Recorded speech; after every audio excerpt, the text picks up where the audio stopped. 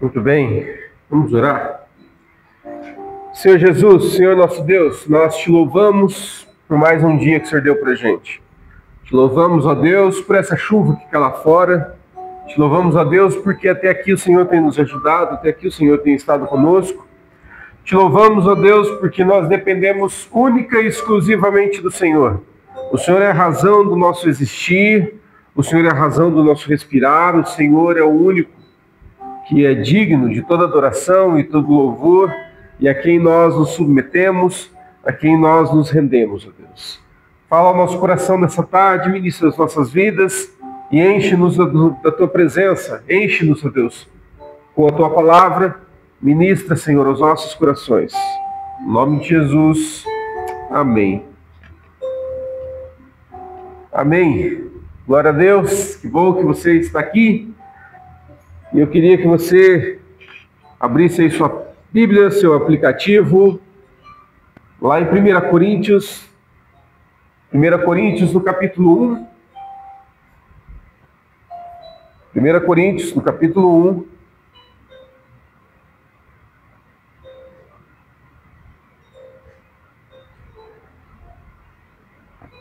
A partir ali do verso 18.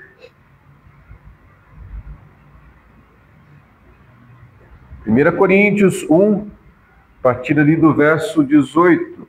Reflexão dessa tarde é a esperança que o mundo não entende. A esperança que o mundo não entende. E o texto de Paulo aos Coríntios aqui diz o seguinte: certamente a palavra da cruz é loucura para os que se perdem, mas para nós que somos salvos, poder de Deus. Pois está escrito: destruirei a sabedoria dos sábios e aniquilarei a inteligência dos instruídos. Onde está o sábio? Onde está o escriba? Onde o inquiridor deste século? Porventura não se tornou Deus louca a sabedoria do mundo? Visto como, na sabedoria de Deus, o mundo não o conheceu por sua própria sabedoria, aprove a Deus salvar os que creem pela loucura da pregação. Porque tanto os judeus pedem sinais, como os gregos buscam sabedoria. Mas nós pregamos Cristo crucificado, escândalo para os judeus, loucura para os gentios. Mas para os que foram chamados, tanto judeus como gregos, pregamos a Cristo, poder de Deus e sabedoria de Deus, porque a loucura de Deus é mais sábia do que os homens, e a fraqueza de Deus é mais forte do que os homens. Amém? Esse é um texto conhecido, e eu queria que nós imaginássemos esse texto aqui numa breve narrativa, daquilo que aconteceu e que hoje quer nos falar muita coisa. Imagine um homem caminhando pelas ruas ali de Corinto, lá no ano 55 depois de Cristo, né? Ele vem de um dia difícil, os negócios não estão indo muito bem, os discursos dos filósofos na praça estão cada vez mais vazios, os deuses parecem cada vez mais indiferentes, e dentro dele, assim como dentro de qualquer pessoa hoje, pulsa um desejo quase desesperado. Eu só quero uma esperança que continue de pé.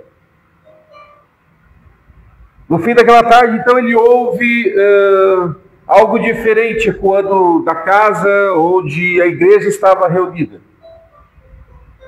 Não é um tom filosófico, não é um debate sofisticado, é algo simples e até ofensivo. Ele ouve a palavra da cruz. Ele então para na porta, começa a observar e pensa: mas cruz?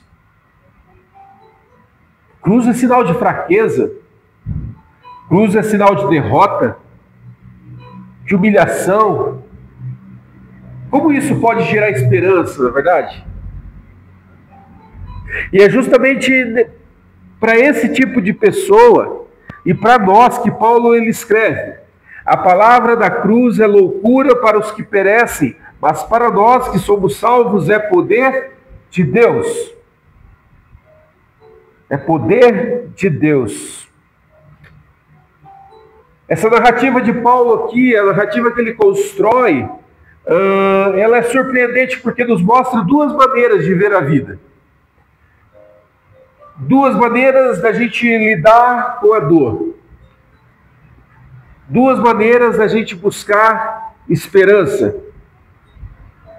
De um lado está o mundo. E do outro lado está Deus, agindo de um modo que ninguém esperava. O nosso personagem aqui da narrativa que eu ilustrei aqui no início, ele entra, senta lá no fundo e começa a observar os irmãos cantando, a pessoa então compartilhando a respeito do Evangelho. E ele vê ali gente simples. A igreja primitiva era formada de gente simples, pessoas comuns, pobres, escravos, estrangeiros, comerciantes, até cidadãos romanos, mas todos ali naquela ocasião falando a respeito da cruz. Dentro desse homem, então, observando essa cena, ele começa a entrar num conflito. Ele começa a imaginar, puxa, eu sempre procurei esperança naquilo que eu posso controlar. Eu sempre busquei esperança. Dá um copo d'água para mim, filho. Na minha força, no meu status. E isso é o que a gente vê hoje, né? A esperança, ela só é esperança se eu tiver o controle. A esperança só é esperança se eu tiver o domínio. Agora imagina você ter esperança em algo que teoricamente significa derrota. Teoricamente significa uma perda.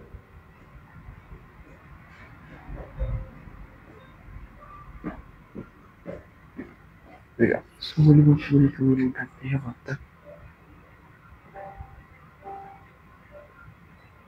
Então, Paulo explica: o mundo, com a sua sabedoria, não conheceu a Deus. Ali no verso 21. O mundo, com a sua sabedoria, não conheceu a Deus.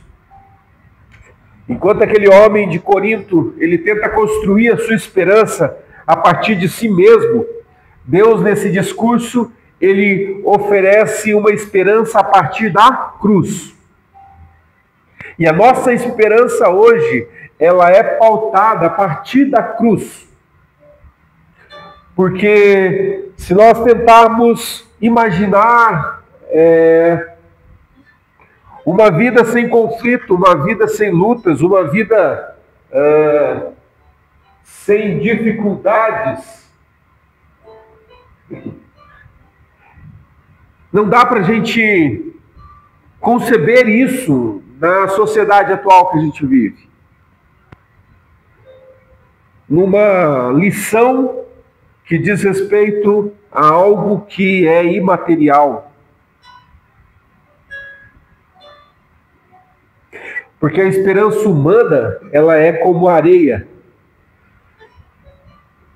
E a esperança da cruz é como uma rocha.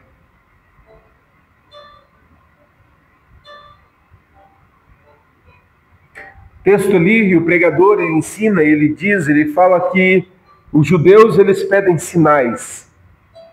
E entenda esse contexto de Corinto, né? Uma cidade cheia de misturas, cheia de crenças, uma realidade onde podemos colocar qualquer cidade hoje, qualquer grande cidade hoje brasileira, que vive uma diversidade enorme, onde existe inúmeras alternativas para você alcançar o sucesso, alcançar uma certa segurança, alcançar, enfim, o seu próprio prazer. E ali então a gente tinha judeus pedindo sinais, a gente tinha gregos buscando sabedoria, mas o discurso era justamente: nós pregamos o Cristo crucificado.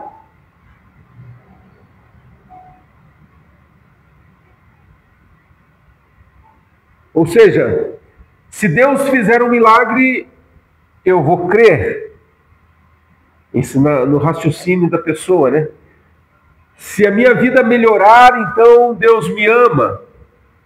Se eu entender tudo, então eu sigo. Essa é a mentalidade racional do ser humano.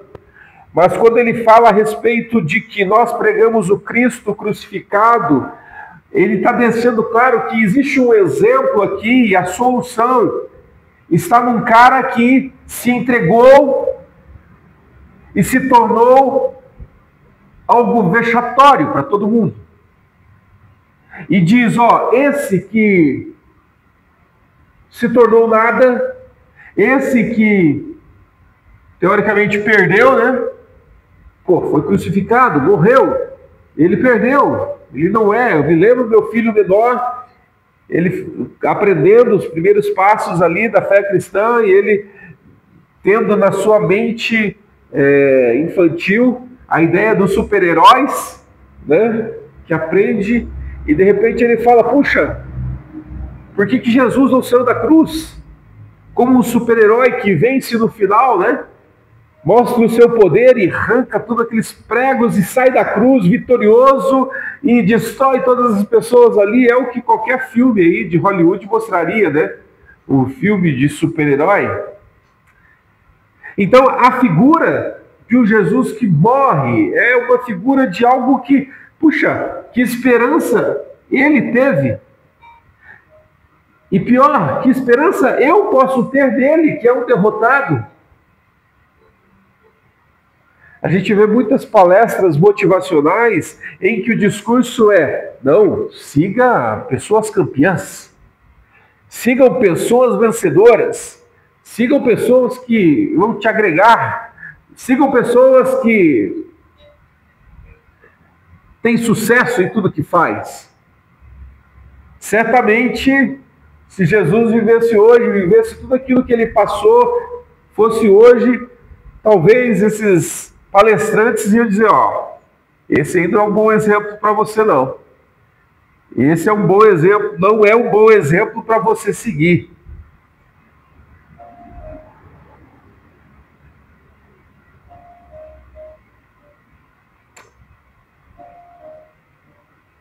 O pregador continua dizendo: mas para os que foram chamados, Cristo é o poder de Deus, é a sabedoria de Deus.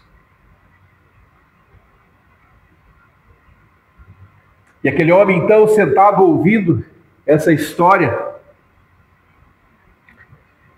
ele pensa: puxa, a cruz parece fraca, mas é onde Deus vence. A cruz parece loucura, mas é onde Deus revela a sua sabedoria. A cruz é a resposta que eu não teria coragem de pedir, mas é a única capaz de transformar a minha vida. Parece tudo muito confuso, parece tudo muito incompreensível, essa história, mas eu contei tudo isso, essa ilustração, né, desse personagem que vem e ouve essa história confusa de uma cruz que salva, que é loucura, que é esperança. Mas a loucura de Deus, ela é mais sábia do que os homens. A fraqueza de Deus, ela é mais poderosa, ela é mais forte do que os homens. Essa é a mensagem de hoje. A cruz, ela vem para quebrar paradigmas. A cruz vem para revelar ao nosso coração de que a nossa esperança, ela não se pauta naquilo que eu possa fazer, naquilo que eu posso ter acesso, naquilo que eu tenho condições de realizar. A nossa esperança não está nisso, mas está justamente naquilo que... Por que é loucura para os homens? Porque justamente a cruz era um sinal de derrota.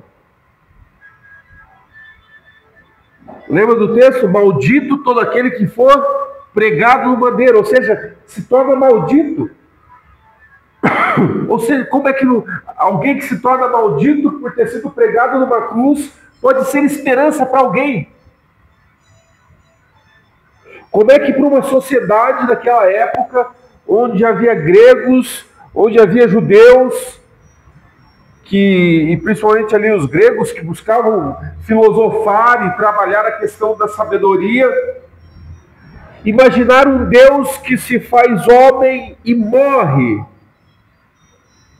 isso é loucura, isso não tem sentido. Por isso que ela é loucura. Mas aprova Deus que as pessoas encontrassem Jesus pela loucura da pregação. Imagina esse discurso: aceite Jesus, faça uma oração, entregue a sua vida a Ele e você creia nele e você será salvo. Olha que loucura, como assim?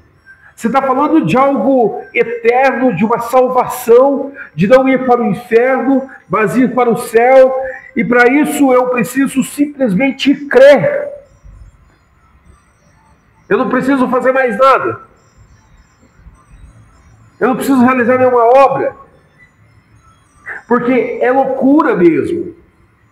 É loucura imaginar que você, para conquistar o coração de Deus, para você viver em intimidade com o Senhor, você não precisa fazer sacrifícios, mas você precisa crer, entregando a sua vida e falando: a minha vida já não é mais minha, mas é tua. E a partir de agora, a razão do meu viver é viver para o Senhor. Ou seja, é fazer com que o Senhor seja exaltado através da minha vida, através das minhas atitudes, através do meu comportamento. Já não sou eu mais quem vive, mas Cristo vive em mim. Essa é a loucura da pregação. Essa é a loucura da mensagem da cruz. Naquela época os judeus pediam sinais, os gregos buscavam sabedoria. E hoje, o que as pessoas estão buscando? E quando o nosso discurso é: entregue a sua vida ao Senhor, confia nele, descansa nele, isso faz a diferença. Só que é loucura. Só que é loucura. Porque a gente vive numa sociedade onde a gente precisa provar as coisas para todo mundo, a toda hora, a todo instante. A gente vive numa sociedade onde eu preciso dar respostas, e essas respostas não podem ser simplistas, mas elas precisam ser coerentes, elas precisam ter um fundamento para que eu vá fazer. Por que eu tenho que tomar determinada atitude? E a gente tenta racionalizar para ver se aquilo se encaixa na nossa maneira de viver. Aí que está o problema. A gente tenta racionalizar. E hoje a gente tenta racionalizar a nossa fé. A gente tenta racionalizar a nossa relação com o eterno. E daí as pessoas começam a chamar Deus de tudo que é coisa, né? De luz, de, sei lá, um sentimento, uma energia. Porque elas tentam racionalizar e transformar em algo palpável para que elas possam crer, para que elas possam seguir, para que elas possam... É loucura. É loucura. Tudo parece sem sentido. Porém, quando as forças falharem, porém, quando as respostas não vierem, quando a lógica do mundo ela não sustentar mais nada, essa palavra da cruz ela vai começar a fazer sentido. Porque não depende de nós. Depende de Cristo. Você vai começar a imaginar que nada que você vai fazer pode mudar a história da tua vida. Os seus pecados vão ser perdoados simplesmente por você confessá-los e sem requerer de você grandes sacrifícios.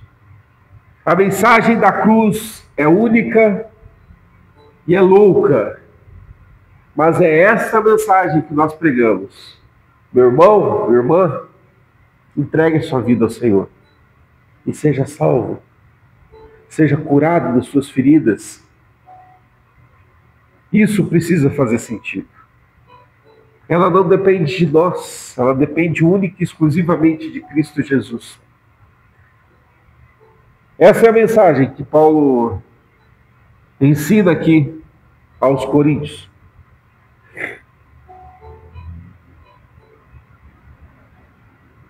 Destruirei a sabedoria dos sábios e aniquilarei a inteligência dos instruídos. Com a mensagem da cruz. Que essa palavra nos guie, que essa palavra nos dê direção, que essa palavra possa guiar os nossos passos e que essa palavra seja a nossa palavra para as pessoas, que essa palavra seja aquilo que vai mudar o coração das pessoas. Não é mais aquilo que você conhece, o teu intelecto. As pessoas vão dizer, cara, mas você está maluco. Você está louco por crer em algo assim, algo que você não pode ver, algo que você nem sabe se é verdade que aconteceu. É, meu amigo, é uma loucura, mas é o que guia a minha vida. É o que direciona, é o que dá sentido à minha existência. Para você talvez seja loucura. Para você talvez seja algo de maluco. Mas para mim é poder de Deus. Para mim é aquilo que faz sentido. Para mim é aquilo que está transformando a minha vida, está transformando a minha família, está transformando a minha história. Essa é a mensagem da cruz. Que não podemos nos envergonhar. Que não podemos baixar a cabeça e ter medo de proclamá-la. Mas é a mensagem que a gente precisa levar. Creia somente. Creia somente. Entregue a sua vida ao Senhor e o mais Ele vai fazer. Confia nele e o mais Ele fará. Vamos orar? Senhor Jesus, eu te peço, Deus, em nome de Jesus, que o Senhor guie as nossas vidas, ó Deus, nessa jornada. É um discurso que talvez a gente está sentado ouvindo e parece não ter sentido, parece não ter razão de ser. Mas, Senhor, essa é uma palavra que guia as nossas vidas. Essa é uma palavra que direciona as nossas vidas. Essa é uma palavra que faz toda a diferença em nós. Senhor Jesus, fortalece os nossos passos, ó Deus. E faça com que essa palavra, que é loucura para aqueles que não creem, faça com que essa palavra se torne vida na nossa vida. Para que aqueles que não creem possam ver a nossa vida sendo transformada. Que aquilo que é imaterial aos seus olhos possa se tornar material no sentido de que eles vão ver em nós o resultado dessa mensagem sendo aplicada em nós. Senhor Jesus, transforma cada um de nós e nos leva a viver em novidade de vida. Viver a mensagem do Evangelho.